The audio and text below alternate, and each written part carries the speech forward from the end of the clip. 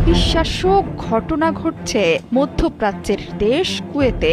এমন পরাজয় নিশ্চিতভাবেই ইতিহাসে খুব কম দেখেছে মার্কিন যুক্তরাষ্ট্র।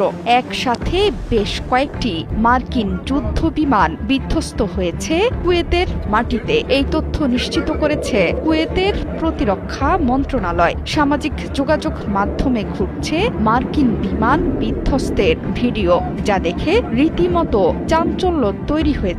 মনে করা হচ্ছে এভাবেই যুদ্ধের মোড় ঘুরিয়ে আবার উঠে দাঁড়াতে সক্ষম হবে তেহরান।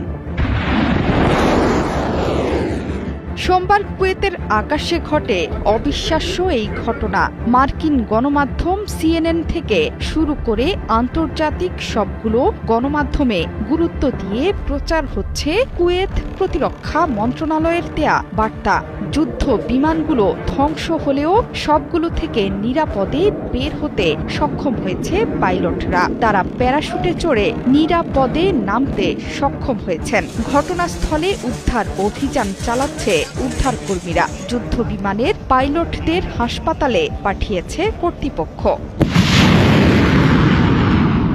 কুয়েতে মার্কিন ঘাঁটির কাছেও একটি যুদ্ধ বিমান বিধ্বস্ত হয়েছে। সিএনএনের ভূ অবস্থান যাচাই করা ভিডিওতে ধরা পড়েছে এই দৃশ্য।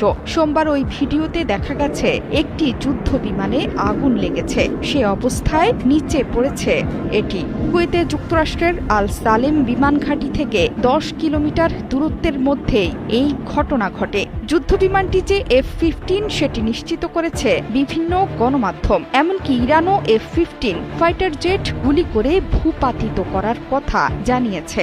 সামাজিক মাধ্যমেও ছড়িয়ে পড়েছে যুদ্ধ বিমান বিধ্বস্তের ভিডিওতে দেখা গেছে যুদ্ধ বিমানে আগুন ধরে যাওয়ার পর বিমান থেকে পাইলটের নেমে পড়ার দৃশ্য।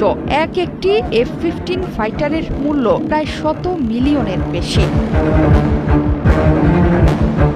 ইরান যদি সত্যি এগুলোকে ধ্বংস করে তাহলে যুদ্ধের গতি প্রকৃতি বদলে যাবে। এর মধ্যেই ইরান জানিয়ে দিয়েছে মার্কিন যুক্তরাষ্ট্রের সাথে কোনো চুক্তি করবে না, যুদ্ধ হবে ময়দানে। ইরান সেই প্রমাণই রাখছে প্রতি মিনিটে মিনিটে।